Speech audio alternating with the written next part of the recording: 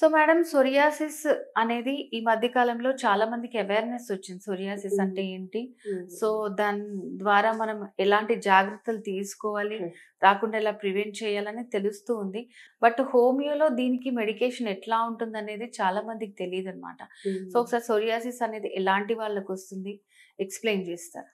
Psoriasis అనేది కూడా ఒక ఆటోఇమ్యూన్ డిజార్డర్ అని చెప్తాం. ఎప్పుడైతే మన వ్యాధి నిరోధక శక్తి మన ఓన్ స్కిన్ సెల్స్ మీద ప్రభావితం చూపిస్తుందో, అప్పుడు ఈ సోరియాసిస్ అనేది బాడీలో ఈ స్కిన్ సెల్స్ అంటే చర్మ కణాలు బాగా ఎక్కువగా ఉత్పత్తి అవ్వటం, పాతవి తొందరగా చనిపోయి కొత్తవి రెజ్యునేట్ అవ్వటం వల్ల అది పైన స్కేలీనెస్‌గా, ఇచ్చింగ్‌నెస్‌గా, బంప్స్ లాగా కనిపిస్తుంటుంది.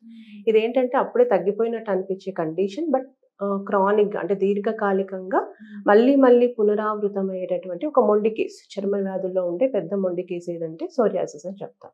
అయితే సోరియాసిస్‌కి ట్రీట్మెంట్ ఉందా అని చాలా మందికి తెలీదనడం ఈ రోజుల్లో కరెక్ట్ కాదు. ఎందుకంటే చాలా మందికి దాదాపుగా సోరియాసిస్ అంటే any skin disorders, any allergies కానీ, ఇప్పుడు సైనస్ కావచ్చు, హెయిర్ ఫీవర్స్ కావచ్చు, అర్టికేరియా కావచ్చు, స్కిన్ డిజార్డర్స్ లైక్ సోరియాసిస్ కానీ, ఎగ్జిమాస్, ఇవి ఏ కండిషన్స్‌కైనా హోమియో ఫస్ట్ నుంచి పనిచేస్తదన్న ఇది జనాల్లో ఉంది.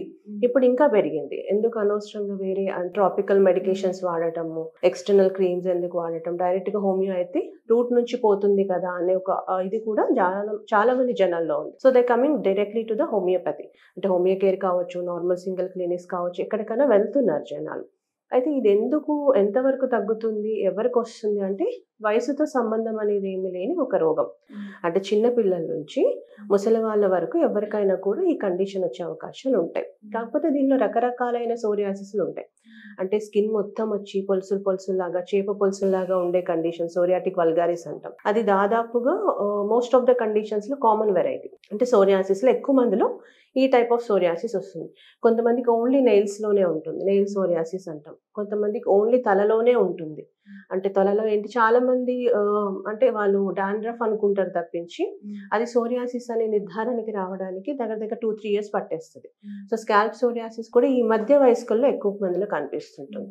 నెయిల్ సోరియాసిస్ కూడా మధ్య వయస్కులలో. ఈ సోరియాటిక్ వల్గారిస్ అనేది దాదాపుగా ఒక ఏజ్ అంటే 40, 45 తర్వాత ఉన్న వాళ్ళలో కనిపిస్తుంది. అదే గట్టెడ్ సోరియాసిస్ అంటాం. చిన్న చిన్నగా డ్రాప్ లాగా అక్కడక్కడ వచ్చినట్టుగా కనిపించటం. తర్వాత ఇన్వర్స్ సోరియాసిస్, ఇది చాలా రేర్ వెరైటీ.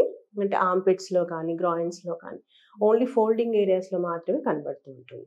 అండ్ బాగా అరుదుగా వినబడేది ఏంటంటే పామోప్లాంటర్ సోరియాసిస్ అంటాం. అంటే ఓన్లీ చేతులు, కాళ్ళల్లో. ఇప్పుడు ఆడవాళ్ళలో మడమల్లో మనం ఎక్కువ ఇంటి పని చేస్తూ ఉంటాం కాబట్టి, డిటర్జెంట్స్ యూజ్ చేయడం ఉంటుంది కాబట్టి పడదేమో, డిటర్జెంట్ ఎగ్జిమా అంటాం. అలా ఉంటుందని చాలామంది, క్రాక్స్ కూడా కామన్ ఉంటాయి. అలా ఉంటుందని చాలామంది సోరియాసిస్ అనుకోరు. బట్ ఒకసారి ఎక్కువ రోజులుగా క్రాక్స్ ఉంటున్నాయి, డీప్ క్రాక్స్ ఉంటున్నాయి, దాని నుంచి ఊజింగ్ అవుతోంది, ఫ్లూయిడ్ లీక్ అవుతోంది, పెయిన్ ఎక్కువగుంటుంది అంటే ఖచ్చితంగా వింటర్ అగ్రవేషన్ ఉంటుందంటే అది ప్లాంటర్ సోరియాసిస్ కింద కూడా తీసుకోవచ్చు. అంటే ఓన్లీ ఇన్ సోల్స్‌లోనే కాకుండా, హీల్‌లోనే కాకుండా on the top of the foot అంటే డార్సల్ యాస్పెక్ట్ ఆఫ్ ద ఫుట్‌లో కూడా మనకి ప్యాచెస్ అనేది కనిపిస్తుంది. లాటరల్ పోర్షన్ ఆఫ్ ద ఫుట్‌లో కూడా మనకి ఈ ప్యాచెస్ అనేది కనిపిస్తాయి. సో, ఇది కూడా చాలా కామన్ వెరైటీ. పామోప్లాంటర్ వెరైటీ అంటాం. ఇదేంటంటే దాదాపుగా ఆడవాళ్ళలో కనిపిస్తుంది. సో, వెరైటీ ఏదైనా కూడా, టైప్ ఆఫ్ సోరియాసిస్ ఏదైనా కూడా దీర్ఘకాలికంగా ట్రీట్మెంట్ అయితే అవసరం. యూజువల్‌గా ఇప్పుడు మా దగ్గరికొచ్చే కేసెస్‌లో కూడా మినిమమ్ చెప్తాం. 2-3 వింటర్ సీజన్స్ కంపల్సరీగా వాడాలి. ఎందుకంటే any psoriasis either it might be a scalp or a guttate or a psoriatic vulgaris కావచ్చు, లేకపోతే నెయిల్ ఎనీ అయినా కూడా వింటర్‌లో ఎక్కువ పెరుగుతుంది. ఎనీ స్కిన్ సమస్య నార్మల్‌గా తేమ శాతం బాడీలో తగ్గిపోతది కాబట్టి బికాస్ ఆఫ్ డ్రైనెస్ వల్ల చాలా వరకు పెరుగుతుంది. సో, ఆ డ్రైనెస్ అనేది మనం చలికాలంలో చూస్తూ ఉంటాం. కాబట్టి ఈ కాలంలో మనకి ఈ సమస్య పెరుగుతుందని ముందుగానే చెప్తాం. కాబట్టి ఫస్ట్ వింటర్‌కి, సెకండ్ వింటర్‌కి చాలా వేరియేషన్ వస్తుంది. థర్డ్ వింటర్‌కి ఇంకా వేరియేషన్ వస్తుంది. సో, ఈ 3 సీజన్స్ వాడుకుంటే ఖచ్చితంగా మళ్ళీ పునరావృతమయ్యే ఛాన్సెస్ అనేది మనకి హోమియో వాడిన తర్వాత తక్కువ. అలా కాదు నాకు ఇమ్మీడియేట్‌గా తగ్గిపోవాలంటే కాదండి హోమియోతోటి. కాకపోతే ఎనీ ట్రాపికల్ మెడిసిన్స్ ఇప్పుడు అవి కూడా స్టెరాయిడ్సే మళ్ళీ. ఈ క్లోబెటజోల్ అని, నియోమార్కజోల్ అని పెడుతూ ఉంటారు. సో, అవి పెట్టడం వల్ల ఏమవుతుంది, పెట్టినప్పుడు తగ్గిపోతుంది. బట్ ఆపిన తర్వాత వెంటనే పెరుగుతుంది. పెరగడం మళ్ళీ డబుల్ రేట్‌లో పెరుగుతూ ఉంటుంది. సో, అప్పుడు మళ్ళీ ఖచ్చితంగా హోమియోకి రావాల్సిందే. సో, అలా కాకుండా ఫ్రమ్ ద బిగినింగ్ నుంచి మీరు హోమియో వాడుకుంటే ఏంటంటే కంప్లీట్‌గా క్యూర్ అయ్యే ఛాన్సెస్ ఉంటుంది. సప్రెషన్ ఆఫ్ ద డిసీజ్ అనేది ఉండదు. ఇది ఎక్కువ రోజులుగా సప్రెస్ చేయడం వల్ల ఏమవుతుంది, ఒక సోరియాసిస్ నుంచి ఇంకో సోరియాసిస్ రావచ్చు. ఇప్పుడు స్కాల్ప్ సోరియాసిస్ అంటే అక్కడికే ఆగిపోదు. చెవుల వెనుక వస్తుంది, నెక్‌లో వస్తుంది.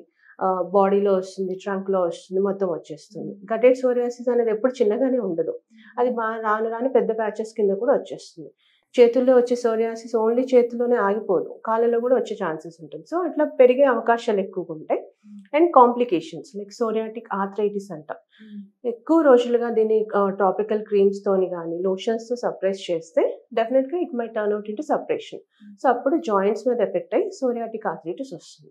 సో ఇవన్నీ ప్రాబ్లమ్స్ పడే కంటే హోమియోని డైరెక్ట్గా స్టార్ట్ చేసుకుంటే మనకి ఫ్యూచర్లో మళ్ళీ ఇబ్బంది అనేది ఉండదు.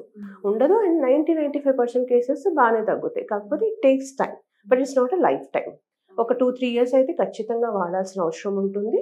ఎక్కడ చిన్న ప్యాచ్ ఉన్నా మళ్ళీ వచ్చే అవకాశాలు ఉంటాయి.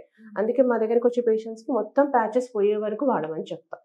వాడతారు కూడా పేషెంట్స్, ఎందుకంటే ఆ ఇబ్బంది పడే కంటే మళ్ళీ తెచ్చుకునే కండి అండ్ సైడ్ ఎఫెక్ట్స్ ఉన్న మెడిసిన్స్ వాడే కంటే వాడడం బెటర్ అని చెప్పేసి ఇంప్రూవ్మెంట్ ఉన్న కేసెస్ అని మళ్ళీ రికరెన్సీ రాకుండా వాడుతూనే ఉంటారు.